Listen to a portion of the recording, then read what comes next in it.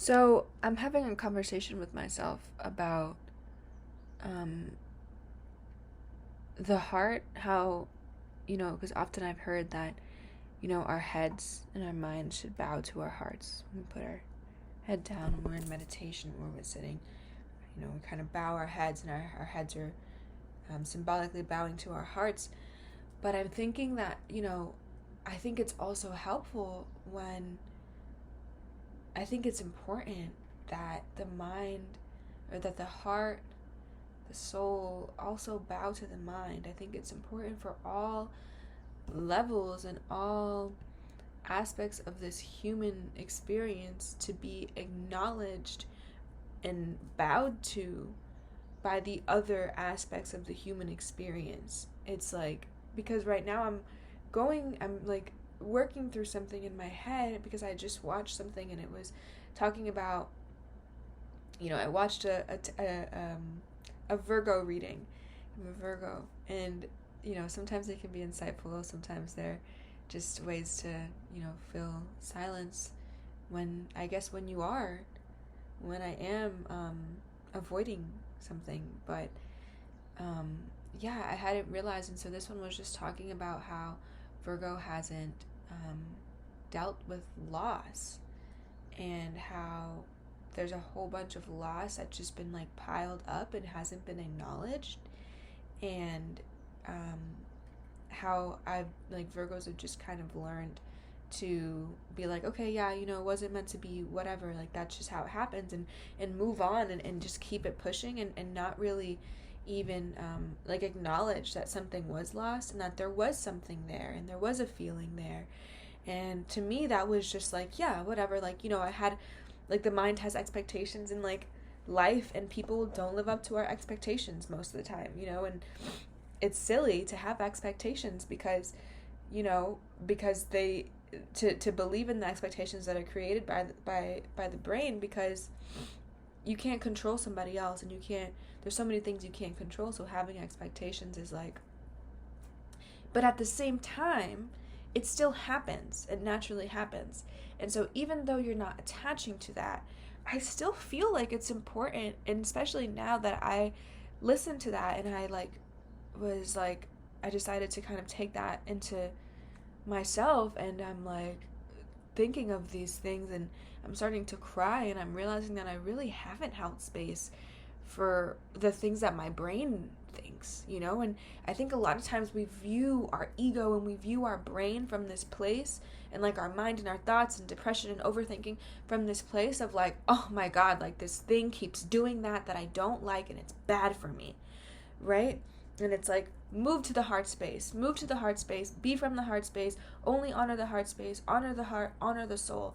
Yes, and also honor the other things that are going on. Honor the fact that, like, yeah, your brain is creating expectations. Like, where is that coming from? Why does your brain keep creating expectations in this one realm of your life? Like, what is missing? What haven't you acknowledged? And for me, I really haven't acknowledged like losing people, or losing situations that I thought would come about, or a loss of expectations, because that can be pretty sad as well, and that can definitely be a release and a surrender and a letting go. And I feel like sometimes like we try to be like, yeah, like whatever, I had an expectation and it wasn't, I know I shouldn't do this, I know I shouldn't have expectations, so I'm not even going to acknowledge it because I shouldn't have been doing that from the beginning, because expectations, only lead to suffering, and attachment only leads to suffering. But like in doing that, we're not fully honoring the human experience, because the human experience includes having expectations, it includes having like these things that maybe we don't want to be happening in our brains, but they are happening. And my bunny's doing flips and it's really cute, but they are happening, and we have to be able to acknowledge that. And I think that we have to be able to acknowledge that in order to be able to step into the place that we want to step in, which is the heart space, which is like allowing everything and everyone to move freely without expecting things, and just accepting the present moment, right? But the present moment that we want is one that is not here yet, in the sense that all we have is the present moment, right? The past, present, and future are all this one moment that infinitely moves. And if there was no days, months, times, it would just be now. Does that make sense? Like everything is separated by day, month, time, but it would just be right now. If there wasn't that, that would be the only present moment, right? And that would just flow. So in this moment, we're in a space, I'm talking about me and like other people who are experiencing this, something similar.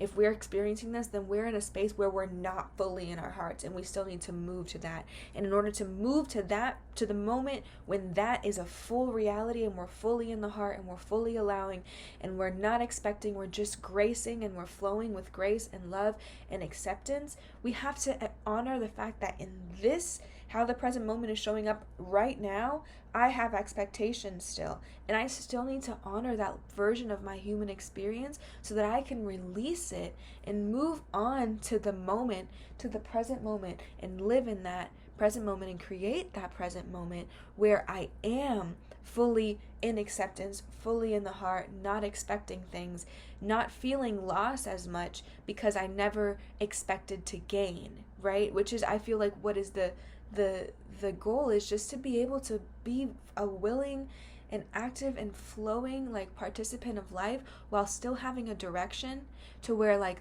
life can happen, but it doesn't affect you as much because you have your north, you have your center, you're rooted in your guiding principles and your heart and all of these things. And so that's something that I'm thinking about today is like, a lot of times we're like, yeah, no attachment, no this, no that.